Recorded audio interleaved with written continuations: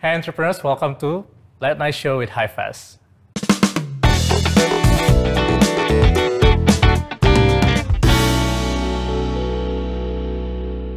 Hari ini gue kedatangan tamu yang gak kalah seru dengan episode lalu. Sebuah brand, salah satu portfolio HiFast juga, Nona Rara Batik. Welcome Dimas dan Pipit. Cie. Makasih ya, Matt. Udah diundang. Kapan gue baru kasih tahu untuk sesi ini? Makasih sudah dijebak. Jadi guys, for your information, Pipit, ini pertama kalinya dia on cam. Selama ini nggak pernah mau on cam. Gimana rasanya dijebak? This Pit, I think dari semua brand, dari semua jenis pakaian, dari semua jenis, kategori dan segala macam. Dulu gimana sih ceritanya kenapa milih batik? Kayak gitu, apakah karena kalian segitu cintanya dengan Indonesia, atau karena nggak tahu kenapa? Basically kita dulu suka jalan-jalan sih. Jadi kan kampung halamannya Pipit di Solo tuh. Dan Pipit sendiri dulu dari keluarga pembatik. Cuman sudah sempet tahun 98 itu shutdown waktu itu. Jadi kita itu kalau mudik gitu ke Solo gitu, kita selalu mampir ke kampung pembatik. Udah gitu kita jalan kemana berhenti di satu tempat. Udah gitu kita main ke Pekalongan, kita cari pembatik gitu. Jadi kayak basically kayak awalnya kayak cari-cari pembatik itu kayak petualangan gitu sih, kayak petualangan liburan gitu lah. Apa sih ini dulu tahun berapa? Mulainya dari 2010 udah mulai.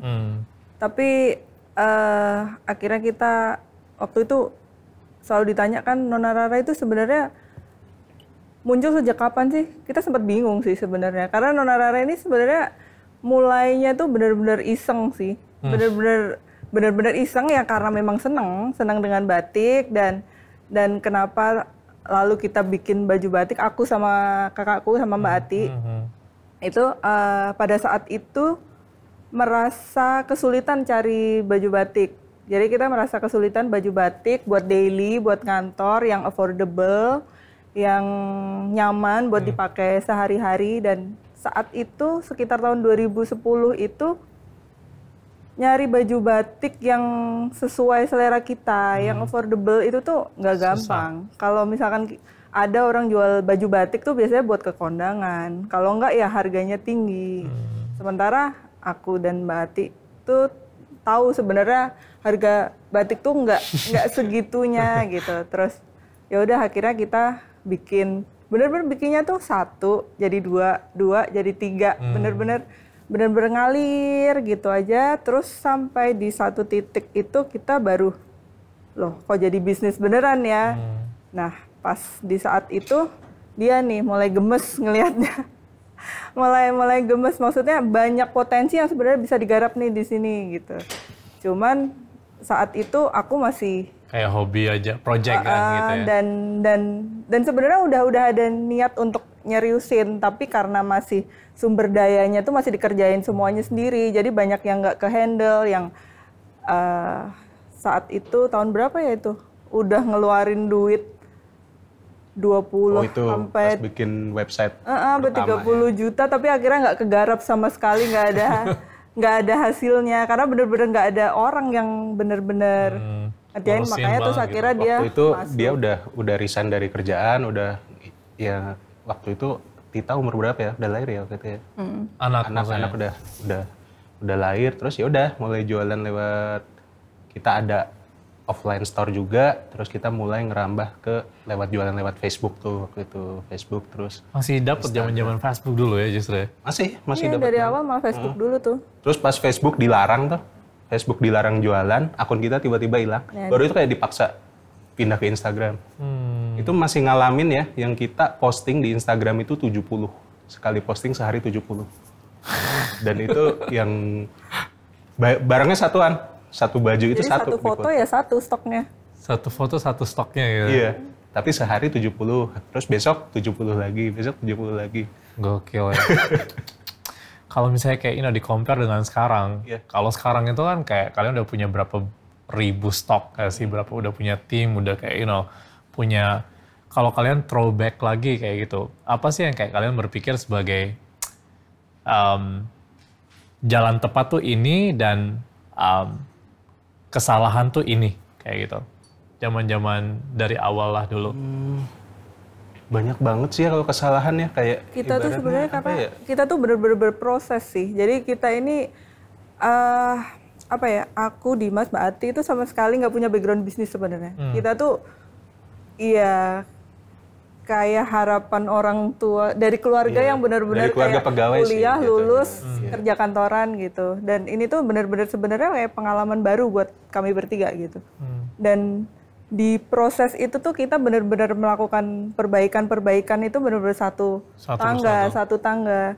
Dan itu kita lakukan benar-benar kalau dipikir-pikir ya gila sih, kayak tahun berapa tuh aku sama Dimas tuh pokoknya kita tuh punya prinsip bahwa kita bisa melakukan ini dengan cara ya kita terus belajar gitu. Belajar dari kesalahan dan belajar dari orang lain, termasuk belajar dari anak-anak muda. Dan itu beneran kita lakuin tuh. Waktu itu kita ngambil kelas. Sampai ngambil kelas gitu.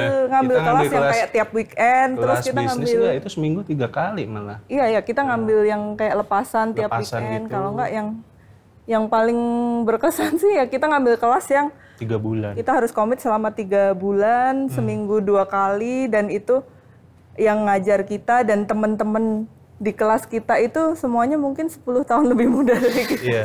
Jatuhnya kita bukan entrepreneur sih, oldpreneur sih. Oldpreneur. Jangan ngomong umur di sini. Kita paling tua di sana gitu. Dan ketika kita ngomongin brand fashion waktu itu, kerasa banget tuh. Gue datang dengan style gue yang ya udahlah tidak peduli dengan fashion pada saat itu. Terus ada salah satu rekan juga yang ngomongin, udah nih contohnya nih Pak Dimas nih, kalau gue bandingin gitu sama gue biasa ngelihat nge-review Supreme, dia bilang kayak gitu. Terus kalau Pak Dimas ini nggak fashion banget, dia bilang gila ini bayi baru lahir udah kayak gini lagi. Memang gitu, cuman sampai pada titik yang ternyata ya emang kita harus belajar gitu. Even udah tua pun ya memang dunianya berubah dan kita emang harus adjust dengan itu sih. Itu yang paling PR ya. Maksudnya kadang itu tuh banyak entrepreneur yang kayak mungkin udah bukan dari nol ya, yang udah mungkin kayak size-nya udah lumayan kayak gitu, ngerasa bahwa udahlah paling expert kayak gitu, nggak usah belajar lagi, nggak usah adapting lagi dan segala macam. Tapi akhirnya ya malah jatuh kan kayak gitu. Yeah. A lot of like an example like that kayak gitu. No, that makes sense. Gue penasaran doang sih, dulu kalian keluarga itu tuh bukan datang dari entrepreneur background dan segala macam, pada saat bilang bahwa pengen serius ini deh, pengen quit my job kayak gitu dan bikin ini, serius ini, resign dan serius ini, ada penolakan nggak sih atau ada komentar-komentar negatif? Ada yang kayak bilang yakin kalian gitu. Jadi kalau dari gue pribadi sih waktu itu kan Pipit emang udah fokus di situ ya. Terus gue memutuskan untuk resign. Ceritanya lucu ya. Waktu itu lagi, jadi gue dulu kerja di oil and gas, dan oil and gas kan up and down. Dan waktu itu lagi zaman layoff tuh, pegawai dipecatin gitu. Terus pada saat yang sama kita ketipu bikin website kan pada saat itu. Terus ada kemungkinan pegawai akan dikeluarkan kan. Gue bilang Pipit, bos gue udah nawarin gue posisi baru pada saat itu. Gue bilang, kalau gue nolak ini, mungkin sebulan 2 bulan kemudian gue kena layoff. Gimana? Kita mau fokus ngejalanin ini sendiri, ngejalanin Nonarara bareng, atau gimana? Ya udah nggak apa-apa. Kita ngeliat potensi di situ. Terus ya udah. Gak berapa lama emang gue ditawarin posisi baru, gue menolak. 2 bulan kemudian. Dan itu bapernya mungkin 2 tahun ada. Oh iya? Yang benar-benar, biasa gue berangkat jam 5 pagi, pulang jam 5 sore gitu kan. Terus pagi-pagi tuh jam 8 gue masih di rumah tuh, belum mandi. Terus ada pas satpam lewat, kemana Pak? Nggak ngantor gitu gue. Kena mental ya? Kena mental, dan kerasa lagi itu orang tua gue. Dan itu benar-benar kalau gue sendiri, kita udah komit ya, udah siap. Cuman ternyata orang tua gue itu kayak sampai mungkin ada kali beberapa tahun itu punya self denial kalau ditanya anaknya sekarang kerja di mana. Oh masih sama kok di kerjaan yang dulu. Gitu. Mereka tidak mau, dan itu, aduh ini bokap gue nonton. Om, apa ya Om? Dan itu banget sih sebenarnya di awal memang menyakitkan sih. Cuman ya kita percaya sama yang kita jalanin gitu dan ya sekarang sih udah fine aja sih. Ya. Karena kayak you guys prove it juga kan, udah dibuktikan kayak gitu. Yeah. No, I can imagine sih. Maksudnya itu nggak gampang ya, karena maksudnya kan ini we're talking about mengenai building a supporting system kan kayak gitu. Dan sebenarnya kayak supporting system yang biasanya by default adalah ya teman-teman terdekat atau ya keluarga kan kayak gitu.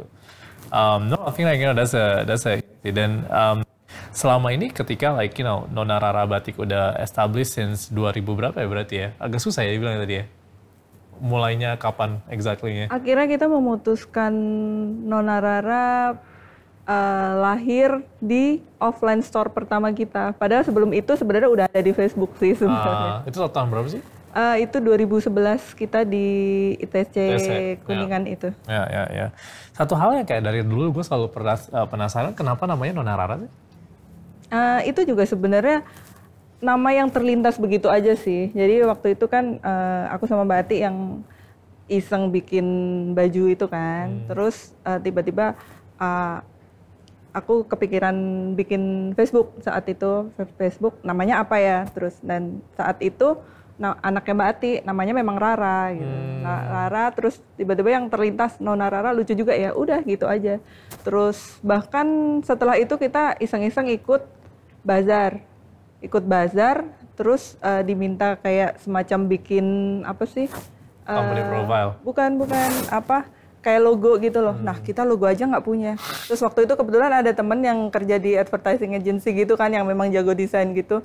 Terus tolong bikinin logo dong, 1 jam selesai dia bikinin iseng-iseng. Buat apaan? Buat ikutan bazar. Jadi dia juga nggak nanya apanya atau udah langsung aja ini Nona Rara. Lu jualan apa? Oke, udah gue bikinin ini. Terus saat itu udah kita bertahun-tahun kita pakai si logonya dia kan. Terus suatu saat kita mulai serius pakai si logo itu untuk bikin macam-macam lah. Itu ditanya filenya yang resolusinya gede ada nggak? Temenku kutanya, Mas punya masternya nggak? Nggak ada. Waktu itu bikin aja aku kirim ke lo ya udah habis itu gue hapus aja ya gitu. Bener-bener yang awalnya tuh semuanya kayak prosesnya itu logo bawa berkat sih. Jadi di saat semua logo batik itu warnanya coklat gitu kan. Bener. Old style gitu kita muncul dengan warna pink gitu. Itu pertama kali komentar gue juga. Jadi I think dulu tuh ngehubungin Nona Rara gue nggak sih? Iya sempat email. Waktu itu ikut eventnya Hype Fest kan. Oh iya benar kan kemudian di email dan segala macam. Pertama kali kayak ngeliat Nona Rara punya logo itu tuh I start to get I thought itu kayak skincare brand. Karena pink kan soalnya atau pemutih whitening dan segala macam kayak gitu. Ternyata batik it was like good surprise as well. Mas sama Pipit. I mean tadi tuh kayak kita sempat ngomongin mengenai becoming a partners, right? Kayak maksudnya tadi kayak di sesi sebelumnya Denny sama Lucy cerita kayak gitu bahwa ya dalam menjalanin bisnis itu tuh sebagai suami istri itu bukan hal yang gampang ya. Itu bukan hal yang kayak ya bukan hal yang gampang kayak gitu. Karena ya kalian tinggal bareng, kalian kayak spending so much time together dan segala macam. Kalian ngerasain yang sama gak sih atau ya kalian asik-asik aja kok kayak gitu? Jelas. Ya nggak usah bisnis bareng aja berantem gitu kan, apalagi bisnis bareng kan. Ya itu sih kerasa banget sih kayak ya emang pillow talk kita yang ngomongin bisnis gitu. Sampai ya bangun tidur juga kadang ini kemarin ada apa gitu. Diomonginnya bisnis lagi ya. Kalau pas sevisi sih asik-asik aja, tapi kalau pas kita punya perbedaan pendapat itu yang berat banget. Dan atau kalau nggak pas dulu pas awal kita juga nggak punya kayak komitmen bareng bahwa oke, kita ngejalanin berdua supaya kita nggak konflik, kita gini-gini itu emang sambil jalan ya. Nggak kita omongin dari awal sih. Jadi memang awal-awal juga berat sih, banyak konflik. Aku masuk ke ranah dia masuk ke ranahku, dan kita berdua ini punya karakter yang sangat bertolak belakang. Oh, bertolak belakang. Iya, dia tuh orangnya termanage segala sesuatunya tuh tersusun rapi, sementara aku tuh bekerja dengan mood gitu. Dan itu tuh bener-bener awalnya ya susah untuk nyinkronin itu gitu. Tapi terus akhirnya kita coba, ini konflik ini munculnya akarnya di mana sih? Kita coba cari akar persoalannya apa. Dan setelah itu kita ya coba untuk kita benar-benar kasih ruangan masing-masing gitu. Jadi dia punya ruangan sendiri, aku punya ruang gerak sendiri, dan kita komit untuk tidak saling, kita kasih saran boleh, dan memang kita harus saling kasih saran sih, tapi kita komit untuk masing-masing kasih ruang gerak sendiri sih. Itu idealnya sih, cuman kalau pas di persimpangan pada saat praktiknya juga ya. Tetap aja kan, walaupun jalan bareng ini tetap harus udah gitu ya. That makes sense, right? And that's normal, right? Iya. Kalau udah gitu ya udah komunikasinya WhatsApp aja dulu. No, excellent. Okay, no, I think ini sih, my next questions would be on this one ya, Dimas sama Pipit ya. Gue kayak ngerasa bahwa ada beberapa tipe-tipe brand founders atau entrepreneurs, right? Ada yang kayak mungkin dari awal dia udah kayak bilang bahwa oke, bisnis ini nih, gue mau bangun, gue pengen bikin bisnis ini adalah bisnis yang paling gede di Indonesia. Ambisinya tuh dari awal kayak gitu. Ada juga yang kayak dari awal kayak ngelihat bisnisnya, cobain deh pelan kayak gitu, dan kayak ngelihat kayak prosesnya ini sampai di mana kayak gitu, dan semakin kayak prosesnya kelihatan dan segala macam, dan semakin ngebawa apa namanya ya confidence kayak gitu. Kalian pada saat bikin Nona Rara awal, how was the mood sih, kayak apakah memang kayak dari awal ini Nona Rara nih kita harus berambisi jadi brand yang bermiliar-miliar revenue sebulan kayak sekarang kayak gitu, atau kita liatin dulu ya, pelan-pelan gitu ya. Kalau tadi kan belajar ngomongin bahasa Jawa juga, kita juga sebenarnya prinsipnya sama nih, belajar bahasa Jawa lagi nih. Alon-alon asal kelakon. Kalau itu gue tahu. Itu tahu ya. Jadi ya, kita beruntung sih, to be honest kita beruntung. Kenapa kita beruntung? Karena ketika kita memulai Nona Rara itu, kita masih bekerja gitu, sebagai employee gitu kan. Jadi kita kayak nggak all out di brand, tapi kita ngelihat proses itu sampai apakah dia berprospek atau enggak gitu. Ketika assess memang the risk sudah, lah kayak gitu ya, resikonya gimana.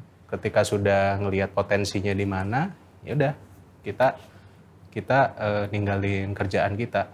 Dan sambil jalan Nona Rara juga dulu di awal-awal kita mencoba bisnis lain, tapi pada akhirnya mungkin emang jodohnya sama si Nona Rara itu. Nah ini nih pesan penting sih buat entrepreneur di luar sana. Karena gue tuh kayak ngerasa ya, Dim sama Pipit ya, entrepreneurship itu tuh sekarang sangat diglorifying. Dalam hal kayak orang banyak banget kayak dibilang bahwa berani aja kayak gitu, quit your job, bikin bisnis, bikin brand, pokoknya berani aja, take the risk kayak gitu. Padahal sebenarnya itu nggak selalu benar ya. Maksudnya kalau lo nggak ada tanggungan apa-apa sih mungkin ya iya aja, like there's no responsibilities kayak gitu. Tapi kalau ada keluarga segala macam, the steps adalah ya, gue kayak selalu bilang kalau lo belum yakin, lo belum kayak pengen coba-coba, keep your job, right? Ada salary-nya nih, ini yang stabil, dan use it walaupun memang kayak harus taking a bit of longer. Maksudnya kan kerja harus lebih lama ya, harus full time dan segala macam. Tapi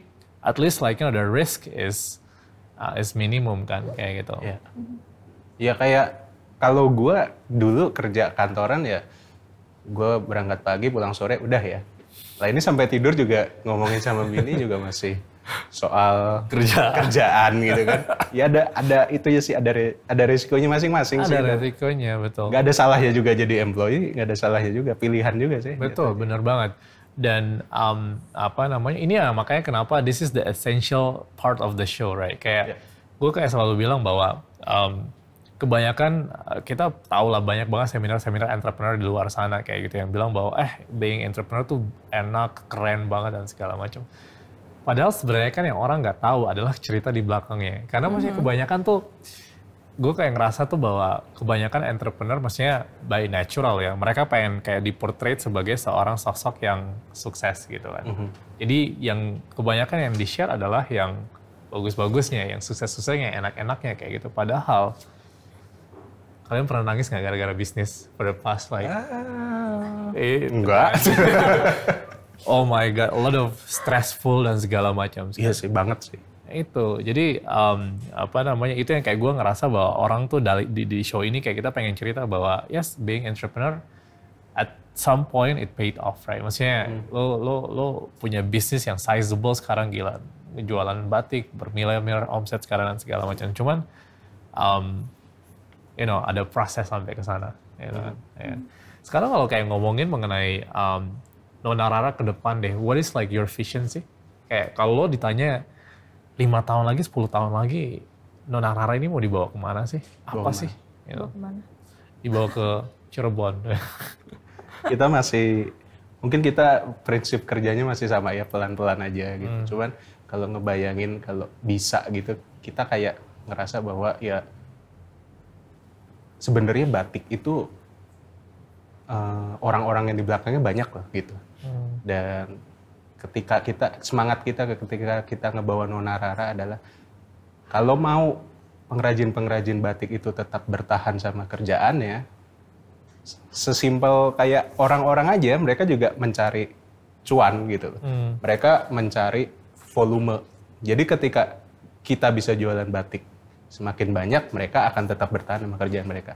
Semangat kita sih gitu. Jadi kedepannya kita berharap kayak kita bisa jadi kayak brand house dengan segala jenis produk batik, tidak hanya baju wanita, baju pria, bisa juga home decor, bisa baju anak, spray atau apa segala macam juga. Iya, ke arah sana sih kita ngebayanginnya. Oh, that's pretty cool sih, that's pretty cool.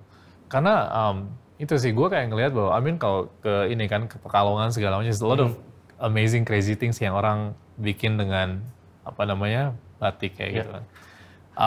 Cuman kayak emang yang gue ngerasa bahwa ya especially in terms of like education buat kayak going online segala macam kan masih minimum banget juga. That's pretty good. Dan kalau sekarang Nona Rara sendiri kalau misalnya kalian bisa share sih, udah kayak bekerja dengan berapa banyak pengrajin, the most excited like collaboration kemarin sama siapa dan segala macam. Apa paling seru? Akhir tahun kemarin ya. Masing-masing punya ini sendiri sih ya. Punya. Kemarin kita yang lumayan menarik pas akhir tahun kemarin kita berkolaborasi tidak hanya dengan seniman batik tapi juga sama seniman puppet ya, seniman boneka ya. Itu kita kerja sama Peppermoon Puppet dan kita bisa bikin kayak show gitu yang menceritakan tentang gimana sih orang yang hidup dari keluarga pembatik, terus kayak diceritakan dengan menarik sih ya. Dan itu bener-bener kayak gue ketika diajak kerja sama Peppermoon Puppet itu bener-bener kayak kalau nggak dibantu sama Mumun tuh brand manager kita, terus nggak dibantu sama orang-orang high face yang lain, kayaknya nggak mungkin kecapai ya gitu ya. Tapi it was a good collaborations ya. Iya. Seru banget ya. For sure. Oke, cool guys. Jadi Dim sama Pipit mungkin kayak kita ada gue kayak selalu bilang kan, the idea of like we all doing this itu tuh adalah sebenarnya to providing the complete story buat brand founders atau calon-calon brand founders di luar sana kayak gitu, bahwa yes, nggak cuman kayak hal yang enak-enak, tapi ada juga hal yang kayak nggak enak-enak dan segala macam. Dan I think kayak sekarang yang gue pengen dengar dari kalian, apa sih message yang kayak atau pesan yang kayak kalian bisa deliver ke teman-teman brand founder atau calon-calon brand founder di luar sana. Dan gue kayak ngerasa bahwa yang tadi yang kalian nyebut itu is very powerful, which is pokoknya jangan malu untuk belajar, gitu kan. Ada lagi nggak sih hal-hal lain yang kayak pengen kalian share? Ya relate sama itu, selalu percayakan pekerjaan dengan orang-orang muda gitu loh. Never underestimate them, karena mereka yang menguasai, apalagi dengan dunia online sekarang ini, mereka lebih relate dari kita, dan kita sendiri juga harus berusaha untuk tetap relate dengan yang ada sekarang sih. Kalau aku sih itu ya. Karena ya saat ini satu-satunya cara untuk kita bertahan dan berkembang ya kita harus selalu relate sih. Relate dengan dunia yang bergerak begitu cepat ini kan. Adaptasi gitu ya. Dan ya jangan pernah malu buat belajar sih. Belajar dengan anak-anak yang lebih muda, belajar dengan Karena apalagi ketika kita udah di posisi tertentu, yang kayak tadi Matt bilang kan, ketika kita udah di posisi tertentu, kita merasa sudah settle, kita merasa sudah terlalu pede dengan apa yang kita miliki saat ini, kadang kita lupa buat belajar gitu. Dan ketika kita lupa untuk belajar ya, kita akan ketinggalan lagi. Gitu. Dan ini nggak cuman kayak berlaku, ini like this is the most effective advices, right? Maksudnya kita udah kayak ngelihat banyak banget perusahaan-perusahaan yang kayak bukan ya mereka karena nggak bisa beradaptasi, gagal. I mean, you guys ingat dulu ya BlackBerry, Nokia dan segalanya. Nggak cuman kayak brand gitu. Oke, awesome. Thank you so much Dimas sama Pipit. Gue tahu Pipit dari tadi tuh nervous banget ya. Dari tadi tuh kayak itu diem aja kayak gitu. Oh my god, Mat, apaan sih dijebak kayak gitu. Dan ini nih baru di brief kemarin banget. Thank you so much Dim sama Pipit. Dan guys, I think like that will be the end of episode 2 di Late Night Show with HiFest. Sampai jumpa di episode selanjutnya.